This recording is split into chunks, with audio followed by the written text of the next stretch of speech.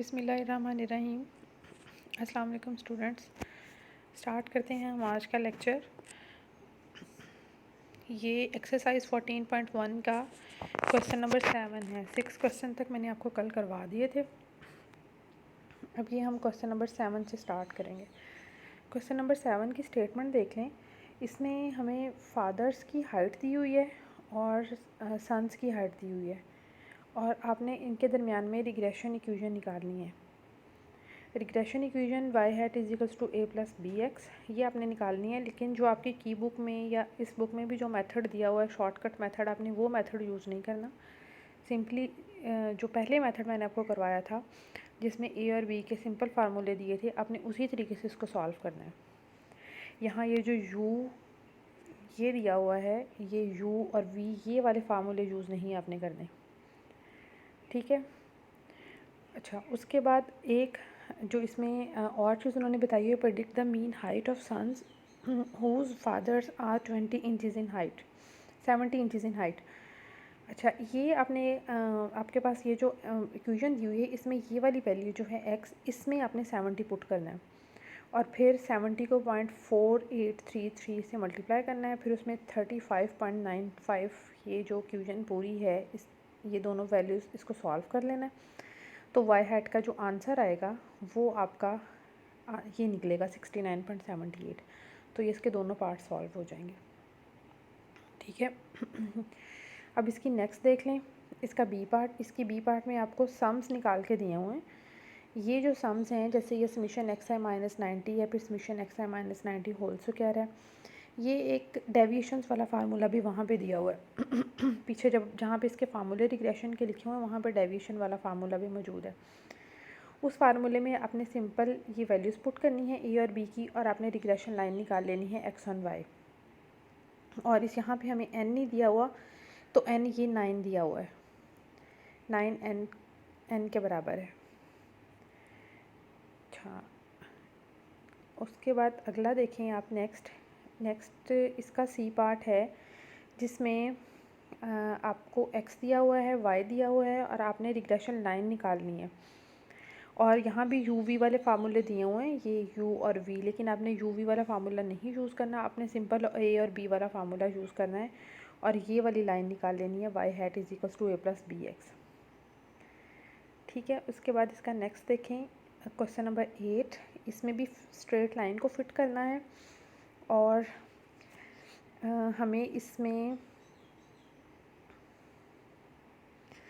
X और Y की जो वैल्यूज़ दी हुई हैं, आपने ए और बी का फार्मूला लिखना है और उसमें ये वैल्यूज़ पुट करके आपने y hat is equals to a plus b x ये निकाल लेनी है लाइन। इसमें से इससे आगे नेक्स्ट देखें। नेक्स्ट में आपने एक्स और वाई दिया हुआ है आपको, और आपने यहाँ से भी ये लाइन निकालनी है, ये वाली जो नीचे ये निकाली हुई, ये एक्स ऑन वाई लाइन है।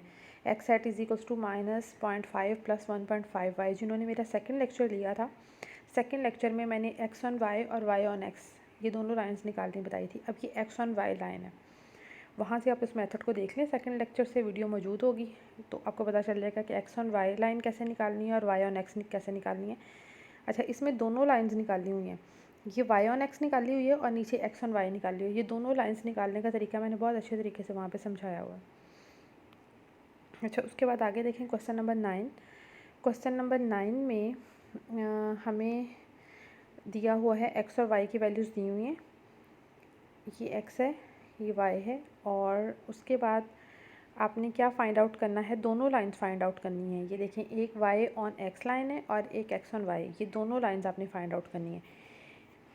सेकंड जब आप खोलेंगे ना सेकंड या थर्ड लेक्चर, उसमें ये मैंने सारा करवाया हुआ है। उस एग्ज़ाम्पल को देख के, एक एग्ज़ाम्पल लेके मैंने इसको सॉल्व किया था पेपर के ऊपर, वहाँ से आप इसका सारा मेथड देख के इसको सॉल्व कर लें, ठीक है। इसी तरह से ये जो दिया हुआ है इसका बी पार्ट, इसके बी पार्ट में भी हमें सम्स दिए हुए हैं और इस सम्स को आपने फार्मूला में लिख के वैल्यूज़ निकालनी है और फिर ये वाली क्वांटिटीज़ आपने कैलकुलेट करनी है, बी एक्स वाई और बी वाई एक्स, और फिर बी वाई एक्स और बी एक्स वाई। ये भी वही मेथड है लाइंस वाला ही। बी वाई एक्स का मतलब है कि ये है regression coefficient when y depends on x, और ये b एक्स वाई क्या चीज़ है, this is the regression coefficient when x depends on y। इसी तरह से ये अगले वाले क्वेश्चन में, ये दो पार्ट्स हैं, इस पहले पार्ट को आपने अलग सॉल्व करना है तो हमारे पास ये आंसर्स आएंगे, ठीक है। उसके बाद आपने इसके सेकंड पार्ट को अलग सॉल्व करना है तो आपके पास ये आंसर्स आएंगे दो। क्लियर? अच्छा, अब आज हम नेक्स्ट टॉपिक की तरफ चलते हैं। 199 पेज पे आपने सिंपल लीनियर कोरिलेशन ये निकालना है, और इसको मैं अब आपको बताती हूँ कि क्या चीज़ है। डेफिनेशन इसकी है, the simple linear correlation measures the strength और closeness of linear relationship between two variables. The purpose of simple linear correlation is to determine whether or not two variables are correlated, that is whether one variable tends to increase or decrease as the other variable increases। यहाँ तक इसकी definition है। Simple linear correlation actually होती क्या है, जब मैं ये चैप्टर स्टार्ट किया था तो मैंने आपको बताया था कि ये बाईवेरिएट एनालिसिस है, यानी इसमें दो वेरिएबल्स इन्वॉल्व होंगे। जो रिग्रेशन एनालिसिस किया था उसमें क्या कॉन्सेप्ट था, उसमें भी हम रिलेशनशिप ही फाइंड आउट करते थे एक वेरिएबल का दूसरे वेरिएबल के साथ, लेकिन उसमें हम एक वेरिएबल को डिपेंडेंट कंसिडर करते थे और दूसरे वेरिएबल को इंडिपेंडेंट। तो हम डिपेंडेंसी चेक करते थे एक वेरिएबल की दूसरे वेरिएबल के ऊपर। यहाँ पे कोरिलेशन में क्या होता है, हम रिग्रेशन एनालिसिस में सिर्फ ये पता चलता है कि एक वेरिएबल दूसरे के ऊपर डिपेंड कर रहा है या नहीं कर रहा, लेकिन कोरिलेशन एनालिसिस में हमें उस डिग्री, उस स्ट्रेंथ का पता चलता है कि अगर वो दोनों वेरिएबल्स आपस में कोरिलेटेड हैं तो कितनी उनमें किस हद तक कोरिलेटेड हैं, उनकी डिग्री या वो स्ट्रेंथ क्या है जिस हद तक वो एक दूसरे से कोरिलेटेड हैं, ठीक है। ये जो है इसको हम स्मॉल r से डिनोट करते हैं और इसका फार्मूला आगे दिया होगा। अच्छा, आगे इसके दो पॉइंट्स दिए हुए हैं कि इसमें एक्चुअली हम मेजर क्या करते हैं, it measures the closeness of the linear regression to the distribution of observation of a dependent variable with associated value of a independent variable. Dependency और इंडिपेंडेंसी की का जिक्र तो वो यहाँ भी है रिग्रेशन में, लेकिन हमें यहाँ पे एक डिग्री, एक नंबर मिल जाता है कि किस हद तक, उस नंबर को देख के हमें ये पता चलता है कि वो किस हद तक एक दूसरे के साथ कोरिलेटेड है। अच्छा, सेकंड इसका क्या है, it measures the degree, extent और strength of covariability between two variables. ये वही बात आ गई कि वो डिग्री, स्ट्रेंथ को मेजर करने को ही हम कहते हैं कोरिलेशन एनालिसिस। अच्छा, अब आगे हैं इसकी टाइप्स ऑफ कोरिलेशन। हमारे पास 3 से 4 टाइप्स हैं कोरिलेशन की। पहली टाइप जो है कोरिलेशन की उसको हम कहते हैं पॉजिटिव कोरिलेशन। जी, पहली टाइप है positive correlation. The correlation is said to be positive और direct if the two random variables tends to move in the same direction, increase or decrease simultaneously। यहाँ से हमें ये समझ आ रही है कि अगर तो हमारे पास एक x वेरिएबल है और एक y वेरिएबल है, और x वेरिएबल की वैल्यू इंक्रीज़ होने से y वेरिएबल की वैल्यू भी इंक्रीज़ होती है, तो हम क्या कहेंगे कि ये दोनों वेरिएबल्स जो हैं आपस में पॉजिटिवली कोरिलेटेड है, यानी दोनों वेरिएबल्स इंक्रीज़ कर रहे हैं। उसके अगेंस्ट अगर हम ये लें कि एक वेरिएबल x जो है वो डिक्रीज़ हो रहा है और इसके साथ साथ y भी डिक्रीज़ हो रहा है, तो भी कोरिलेशन पॉजिटिव होगी। यानी इसकी डेफिनेशन ये है कि both the variables tends to move in the same direction. चाहे वो इंक्रीज़ हो रहे हैं तो भी दोनों इंक्रीज़ हो रहे हैं, और अगर डिक्रीज़ हो रहे हैं तो भी दोनों डिक्रीज़ हो रहे हैं, तो इस चीज़ को हम बोलते हैं पॉजिटिव कोरिलेशन। अच्छा, उसके बाद है नेगेटिव कोरिलेशन। नेगेटिव कोरिलेशन मैं आपको पहले बताती हूँ, ये वाला। नेगेटिव कोरिलेशन क्या चीज़ होती है, the correlation is said to be negative और inverse if the two variables tends to move in opposite direction, one variable decreases as the other variable increases. This is the correlation is negative if the least square regression lines has negative slopes। अच्छा, इसमें क्या होता है actually कि एक variable की value बढ़ रही है तो उसके साथ उतनी ही इंटेंसिटी से दूसरे वेरिएबल की वैल्यू कम हो रही है, ऐसी कोरिलेशन को हम नेगेटिव कोरिलेशन कहते हैं।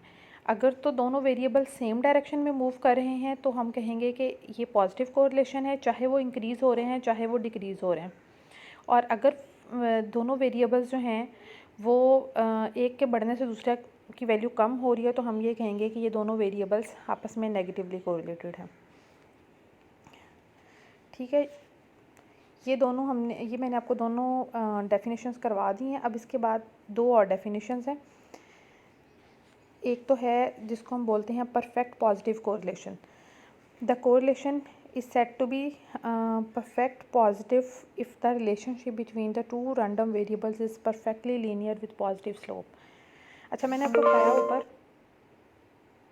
कि हम जो रिग्रेशन कोफिशिएंट है उसको हम आर से डिनोट करते हैं। आर की जो वैल्यू निकलती है वो अगर तो वो 1+1 के बराबर आ जाए तो वो परफेक्ट पॉजिटिव कोरिलेशन होती है। यानी कि एक वेरिएबल का जितनी इंटेंसिटी से बढ़ रहा है दूसरा वेरिएबल भी उतनी ही इंटेंसिटी से बढ़े, तो इस चीज़ को हम बोलते हैं परफेक्ट पॉजिटिव कोरिलेशन। और परफेक्ट नेगेटिव कोरिलेशन कब होती है?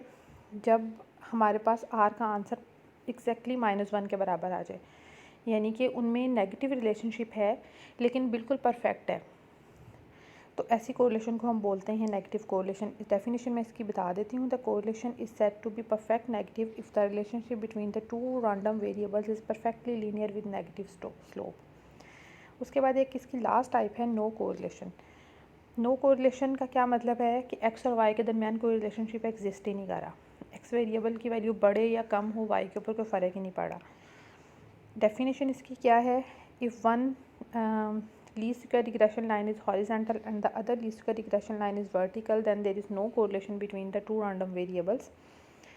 This is if x and y are independent, then covariance of xy is equals to 0 implies that rho is equals to 0 and we say that there is no correlation। यानी x और y आपस में किसी तरह से भी related नहीं है।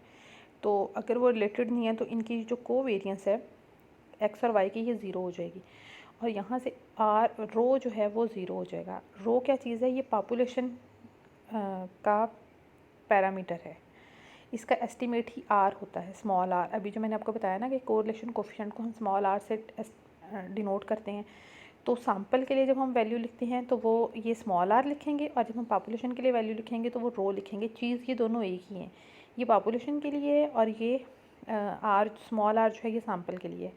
जैसे फर्स्ट ईयर में मैंने आपको बताया था कि अगर हम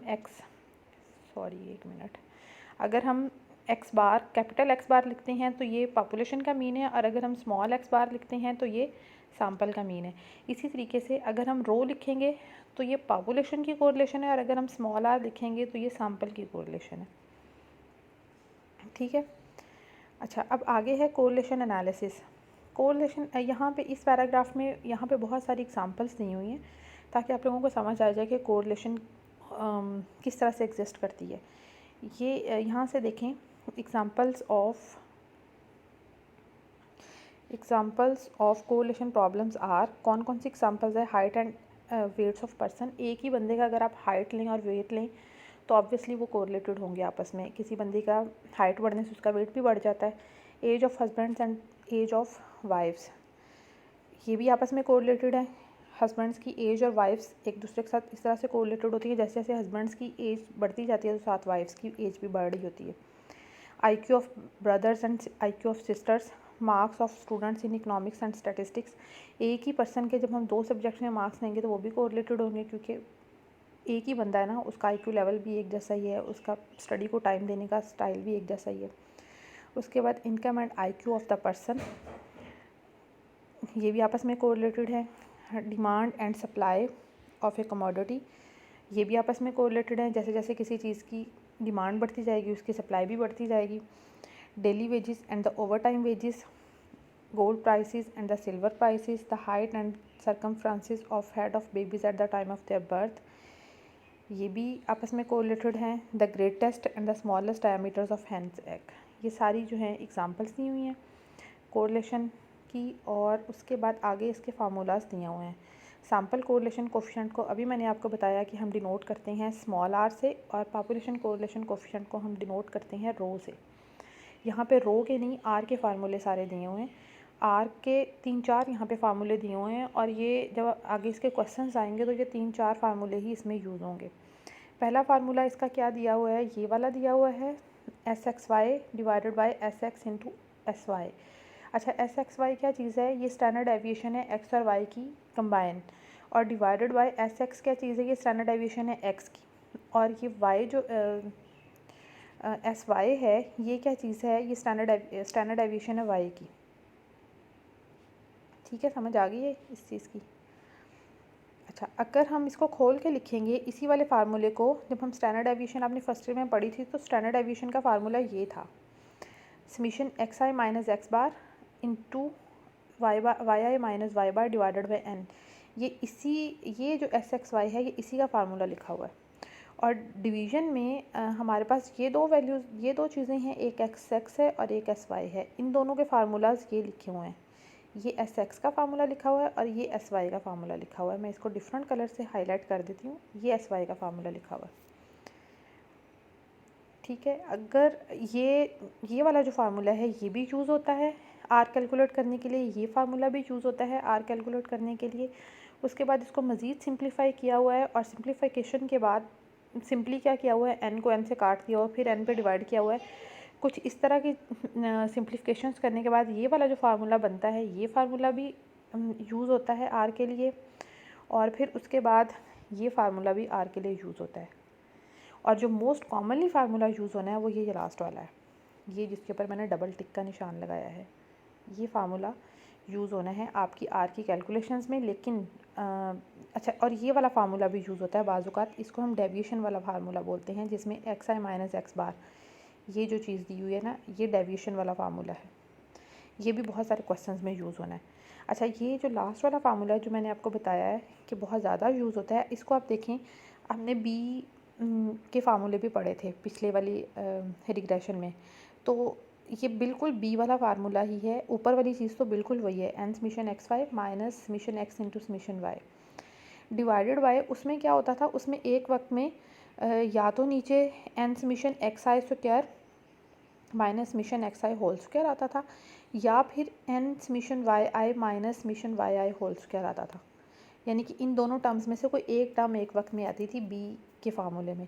लेकिन ये आर के फार्मूले में क्या होना है कि आर के फार्मूले में ये दोनों चीज़ें आनी हैं नीचे, ऊपर वाली चीज़ बिल्कुल वही है बी वाली, और नीचे दोनों का प्रोडक्ट आ जाना है।